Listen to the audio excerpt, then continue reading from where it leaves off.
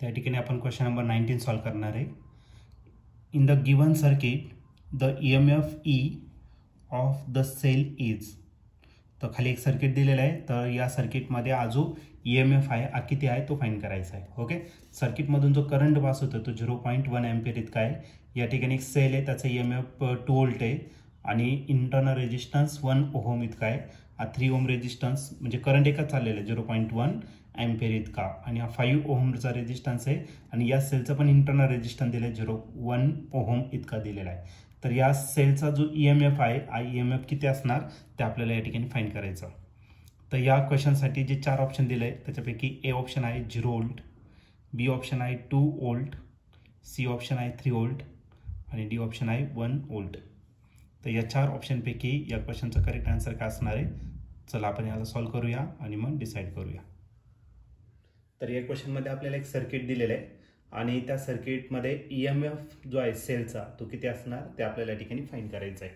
तर सर्वात पहिले ती सर्किट ड्रॉ करून घेऊ आणि मग नंतर त्याला सिम्प्लिफाईड करू. ठीक आहे, तर या ठिकाणी आपल्याला एक सर्किट दिलेलं आहे आणि या सर्किटमध्ये आहे तुमचा पॉझिटिव्ह टर्मिनल त्या सेलचा, आहे निगेटिव्ह टर्मिनल. ओके, त्याचं जे EMF आहे ते आहे 2 व्होल्ट इतकं आणि कॉमा दिलेला आहे 1 ओहम रेजिस्टन्स आहे. म्हणजे जो 1 ओहम रेजिस्टन्स आहे असेल त्याचा इंटरनल रेजिस्टन्स. त्याच्यानंतर एक आणखीन एक रेजिस्टन्स दिलेला आहे ज्याची व्हॅल्यू किती आहे तर 3 ओहम इतकी दिलेली आहे.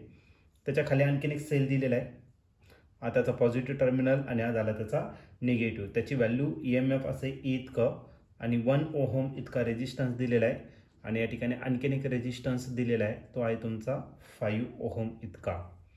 आणि या सर्किटमधून जो करंट पास होतोय तो किती तर 0.1 एम्पियर इतका करंट याच्यातून पास होतोय. सगळीकडून तितकाच करंट पास होतोय 0.1 एम्पियर. अशी तुम्हाला सर्किट डायग्राम या ठिकाणी दिलेली आहे. तर करंट या डायरेक्शन चाललाय, याचा अर्थ जो E आहे तो E मोठा असेल कशापेक्षा 2 व्होल्टपेक्षा.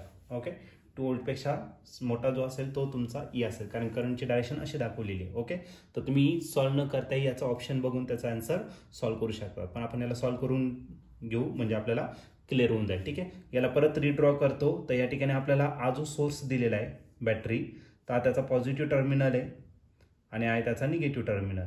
या बॅटरीचं जे सेल आहे त्याचं EMF आहे किती तर 2 व्होल्ट एवढं त्याचं EMF दिलेलं आहे आणि त्याचं इंटरनल रेजिस्टन्स आहे. तर तो इंटरनल रेजिस्टन्स पण मी या ठिकाणी रिप्रेझेंट करणार आहे. तो R1 घेऊ आपण सपोज, आणि R1 जो आहे तो किती तर 1 ओहम इतका आहे. त्याच्यानंतर आणखीन एक रेजिस्टन्स आहे तो किती तर 3 ओहम इतका दिलेला आहे. किंवा मग डायरेक्ट नंबर लिहा, काय अडचण नाही. ओके, 1 ओहम इतका रेजिस्टन्स असेल. ओके, त्याच्या खाली जी नवीन सेल दिलेला आहे पॉझिटिव्ह टर्मिनल आणि निगेटिव्ह, त्याचं जे सेलचं EMF आहे ते किती तर E इतकं आहे. ओके, आणि त्याचं इंटरनल रेजिस्टन्स दिलेलं आहे किती 1 ओहम इतकं दिलेलं आहे. मग 1 ओहम त्याचा इंटरनल रेजिस्टन्स झाला आणि आणखीन एक रेजिस्टन्स आपल्याला त्या ठिकाणी दिलेला आहे तो कितीचा आहे तर 5 ओहमचा. तर या ठिकाणी आपल्याला अशा प्रकारचे सर्किट दिलेले आहे. याच्यातून जो करंट पास होणार आहे तो किती आहे तर 0.1 एम्पियर एवढा करंट पास होतोय. ओके, आता करंट या डायरेक्शनने फ्लो होणार आहे, करंट असा फ्लो होणार आहे, परत इकडे या पद्धतीने फ्लो होणार आहे. मग आपल्याला करंटची डायरेक्शन भेटलेली आहे. According to direction of current, तर तुम्हाला याला साईन द्यायचं रेजिस्टन्सला. मग डायरेक्शन करंट ज्या डायरेक्शन चाललाय तिथं पहिलं साईन प्लस घ्यायचं, दुसरं मायनस. करंट असं चाललाय म्हणजे इथं प्लस साईन येईल, इथं काय येणार मायनस. आता करंट असं चाललाय म्हणजे या ठिकाणी मायनस येईल, या ठिकाणी प्लस. या डायरेक्शन पहिलं साईन नेहमी प्लस घ्या करंटच्या डायरेक्शननुसार आणि त्याचं दुसरं साईन जे आहे ते काय करायचं मायनस घेऊन टाकायचं. ओके, तर ही सिम्प्लिफाईड डायग्राम झाली. आता याच्यावरती आपण काय करणार किर्चॉफ्स व्होल्टेज लॉ या ठिकाणी यूज करणार, KVL. ओके, मग आता नेक्स्ट स्टेपमध्ये by using KVL means Kirchhoff's voltage law.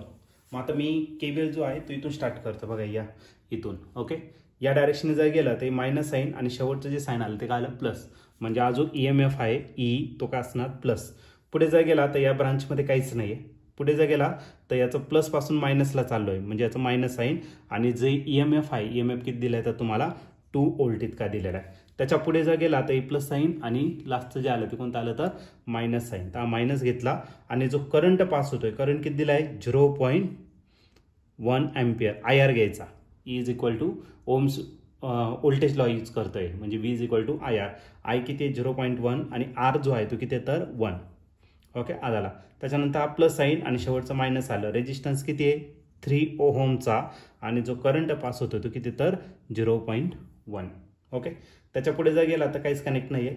इथं जर गेलं तर लास्टचं साईन काय मायनस. ओके, मग मायनस रेजिस्टन्स किती आला 5 आणि जो करंट आहे तो किती येतं 0.1 इतका. त्याच्या पुढे गेला तर परत मायनस साईन, मग रेजिस्टन्स 1चा आहे आणि करंट जो आहे तो किती येतं 0.1. आता ही सर्किट काय झाली आपली कंप्लीट झालं. मग सर्किट जर कंप्लीट झालं तर इज इक्वल टू आपण काय कन्सिडर करणार तर 0 या ठिकाणी आपण त्याला कन्सिडर करणार आहे. ओके, तर हे झालं तुमचं किर्चॉफ्स व्होल्टेज लॉ आपण या ठिकाणी यूज केलेला आहे. ओके, बस आता याला काय करायचं आपल्याला सिम्प्लिफाईड करायचं. ई तसाच लिहिणार मी, -2 देखील तसाच. या दोघांचं मल्टिप्लिकेशन म्हणजे किती भेटणार तर 0.1 इंटू 1 किती झालं 0.1. 3 इंटू 0.1 तो किती झाला -0.3 झाला. 5 इंटू 0.1 तो पण किती झाला 0.5 आणि 1 इंटू 0.1 किती झाला -0.1 इज इक्वल टू 0. आता जे मायनस आहे त्या साईडला प्लस करा आणि जे प्लस आहे ते काय करा मायनस. हे सगळेचे सगळे मायनस आहे त्या साईडला काय करून घेऊ प्लस करून घेऊ. मग इज इक्वल टू आरायला 2 प्लस 0.1 प्लस 0.2 प्लस हा 0.5 आणि लास्टचा प्लस 0.1. या सगळ्यांची काय करा ॲडिशन. 2 मी तसा लिहितो 0.1 प्लस 0.2 0.3 प्लस 0.5 0.8 झाला प्लस 0.1 किती झाला 0. किती झाला तर 9. ओके, 0.9 सॉरी 0.1 प्लस 0.3 सॉरी तर 0.3 होता ना सॉरी 0.3 हा 0.1 प्लस 0.3 का 0.4 प्लस 0.9 आणि हा झाला 10 म्हणजे 1.0 येताचं काय आलं तर आन्सर आलं. ओके, 1.0 म्हणजेच 1. ओके, मग ई जो असणार तो किती असणार 2 + 1 आणि 2 + 1 आपला जो झाला तो किती झाला तर 3 व्होल्ट इतका. मग तो जो सेल दिलेला आहे हा बॅट सेल, या सेलचा जो EMF आहे तो EMF किती असणार तर 3 व्होल्ट इतका असणार. ओके, KVL या ठिकाणी आपण यूज केलं आणि 3 व्होल्ट या ठिकाणी ऑप्शन जर बघितलं तर ऑप्शन नंबर सी जो आहे तो या ठिकाणी आपला करेक्टली मॅच होतोय. मग या सर्किटचा जो EMF दिलेला आहे त्या EMF ची व्हॅल्यू किती असणार तर 3 व्होल्ट इतका. मी तुम्हाला सुरुवातीला सांगितलं होतं करंट या डायरेक्शनने फ्लो होतोय. याचं 2 व्होल्ट आहे म्हणजे याच्यापेक्षा याचं EMF जास्त असणार आणि 2 व्होल्टपेक्षा फक्त एकच ऑप्शन जास्त होतं 3 व्होल्ट आणि ते ऑप्शन सी होतं. बाकीचे सगळे त्या 2 पेक्षा कमी म्हणजे ऑप्शन तुम्ही ही क्वेश्चन सॉल्व्ह जरी नसता केला तरी याचा फायनल आन्सर तुम्ही आरामात काढू शकला असता.